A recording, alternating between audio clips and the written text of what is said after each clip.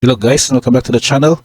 We're looking again at another Pauper deck list, in which our main source would be the MTG Top 8 website. They're posting a lot of the recent results, in which you can also submit your own from your local game store. And what interested me in this kind of build, which we call this one as the Gruul land loss, is the typical, or we can call this one as an old school deck strategy. That is basically destroying lands while gaining card advantage on your side. So we're going to take a look as how this build would look into a turn 2 land destruction or any other strategy going with red-green or Gruul. So this was piloted by the Fabretti. I think this is from the MTG tournament. So we have 26 creatures included here, along with several 1-drops, Arbor Elf, and this one is included also with the ramp for Llanowar Visionary. We also have sort of a 1 mana drop here in the form of these 6 enchantments, Utopia Sprawl and Wild Growth. We have 3 instants in the form of just a spot removal with Scred, 17 lands surprisingly, and we have 8 sorcery as the main land destruction effects. So we're just going to look at how the deck would function. We're just going to start off with several 1-drops. We have 4 Arbor Elves, and also Utopia Sprawl that can also act as a mana effect. As it enters the battlefield, choose a color, and then whenever its Enchanted Forest is tapped for mana, it gets to add an additional 1 mana of the chosen color, as well as that of Wild Growth, except that Wild Growth could only enchant a land, and then the enchanted land can tap for an additional mana of green whenever it's the tap again for. So you can see here that you can basically curve out by this one. You can have a turn 1 Arbor Elf or the Sprawl or the Wild Growth. You can curve into a Jewel Thief, which is just a 3 to cast 3/3 that can also add a treasure token, which can also get you to ramp. Or you can go with the Llanowar Visionary, which this is just a 3 to cast 2/2. It has a cantrip effect. It gets you to draw a card and also gets you to add green mana to your mana pool. In that way, the setup, you can basically go with this. As you can notice, we have to be able for you to cast early on an Avenging Hunter. So we have 4 copies of this in the deck. So this is basically a 5 to cast 5/4 Trampler, but the important thing is that you can take the initiative as it enters the battlefield. This is one of the important effects and abilities that can basically get you card advantage and somewhat kind of a board advantage later on. In that set, we can still look at a 6 mana cost, which you can also be able to cast early on. So we have 4 copies of the Boarding Party. This is from the Commander Legends. This is a common, but it has this ability that 6/3 haste with Cascade. So whenever you Cascade, exile the top card to library until you exile another card that costs less, and then you can cast it without paying some mana cost. And along with that, we have also 4 copies of Generous Ant.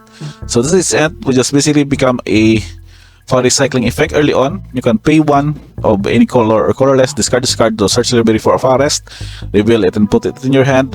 Or you can go with just hard casting it for a 5/7 reach that then enters the battlefield. You can create a food token. So either of these 6 mana cost can get you a good board and a huge creature basically on the board. So get you ahead of your, let's say, a damage race, for example. And the highest curve of this deck is the 4 copies of Annoyed Altisor. This is just a 6/5 Cascade, but here is the ability also the Reach Trample, which is a very good power and toughness setup. And also the free spell that you can go with it is also very important. So imagine also that you can curve this one, Cascade this into a Boarding Party, into another lower mana cost creature, which can also get you a good advantage for the board in just 1 turn. Now for the other card, as we mentioned, that we have going with the land destruction, we have 4 copies of Thermocars. So this is just a 3 mana Stone Rain effect, but it is destroying a land that if it's a snow covered land, you will gain 1 life. And then we have 4 copies of Menvoli Acid Moss. This is also a land destruction effect, but at the same time you can search library for a forest card that can match you to ramp and put it into the battlefield tap. So and then you can also shuffle. So that basically goes to you that you can destroy a relevant land from your opponent, at the same time gets you to ramp to your forest or your color that gets you to also to cast these high mana cost creatures with Cascade that can also get you card advantage. Now for your lands, well, it is 17 only. That's because we can have generous and search for a forest cycling. So the important thing is that we can also assemble our snow-covered forest, since most of our spells here are basically green. And then we have only a mana fix here with one Highland Forest for red-green. At the same time, one copy of Snow-Covered Mountain.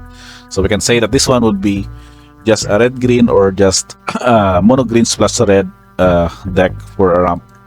But basically, you can still see that the splashing of red is very important in the sideboard.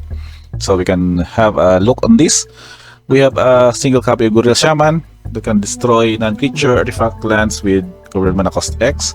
So basically, you can just cast this one, pay 1 to X for 0. You can destroy Ornithopters artifact lands because they are basically non-creature artifacts with converted mana cost X. And that we also have 2 copies of Relic Progenitus. This can go against the Graveyard Shenanigans, in particularly the Terror decks, wherein they rely on instant and sorceries in the graveyard. You can basically exile those by tapping this one or just paying 1 to exile them at 1 instance. And then you can also draw a card in that process. It also added Scred for more spot removals. I forgot to explain that the main deck 3 damage, 3 copies of Scred would also relevant because of the snow-covered permanents you have. That means that all the snow-covered forests will also depend on how many damage would be dealt to target creature. So with added also in the sideboard, it means that we can also have another way to access this early on. You can prevent deal with a relevant creature from your opponent for that equal damage equal to your snow permanents. And also we have an additional copy of just a 1 copy of Cascade of Fire, which can deal 1 damage to each of the 2 creatures or can exile a relevant artifact. We have 4 copies of the Gleamer, so this is also more of a anti-enchantment or artifact instant spell, because it can be able to shuffle it into his library, which means that any destruction prevention effects such as regeneration cannot be applied on this one, because it will get shuffled and it will not be exiled instead, but also that you can answer a relevant artifact or enchantment in this scenario. So we make sure that we have answer as early as turn 2, so we have 4 copies of this in the deck. And also we've added here 3 copies of Weather the Storm. This would be for the burn or the mono red aggro decks, wherein you can the storm to gain 3 life and basically gain 6 or 9 life, for example, would be really a back-breaking life gain for this kind of decks to deal with. As well as you can also prevent the early assault by this card. There's also 3 copies in the deck, that's Breath Weapon. You can deal 2 damage to its non-dragon creature. So any the Winnie or aggro or tokens deck matchup would be easily dealt with by this card. So in any instance, you can just board in Weather the Storm and Breath Weapon, while also preventing that your early creatures would not be affected. You can just board them out and just wait for them to overcommit their board and then wipe them out with Breath of Storm, Breath Weapon, and also curving out with your 4 mana or let's say the 5 mana Avenging Hunter, and then Generous Ant, for example, in the late game. So that with that full 15 sideboard, we just take a look at the average mana value. You can see here that 3.6 would be the number, but we can see that we have a various 4, 5, 6, 7 curve on the top, and only the 1 mana cost would be, for example, here the enchantments, Arbor Elf, and again the Scred. Color distribution is mostly green. We have 48 and only 7 for the red for the main deck, and Game Producers are 22, as well as the other would also curve out for the rest of the color distribution cost. And last but not least are tokens. I think we have Food Token, Treasure Token, and the extras. What will be the extra? The Initiative card, which can get you to enter the Undercity dungeon. So I guess that's pretty much it for this deck. If you're looking to go with this kind of land destruction effect, which you can still be able to apply on, let's say, a tire deck in Pauper, I would suggest this list provided by Di Fabretti, wherein you can still be able to go out and curve with your mana ramp and your creatures that goes with the cascades, while also destroying our opponent's lands and dealing with their mana and hindering them for casting their big spells later on. So I guess that's pretty much it for this deck tech for Pauper, your Gruul land loss tech. Thank you for checking out this video. Don't forget to like, subscribe, and see you guys on the next one.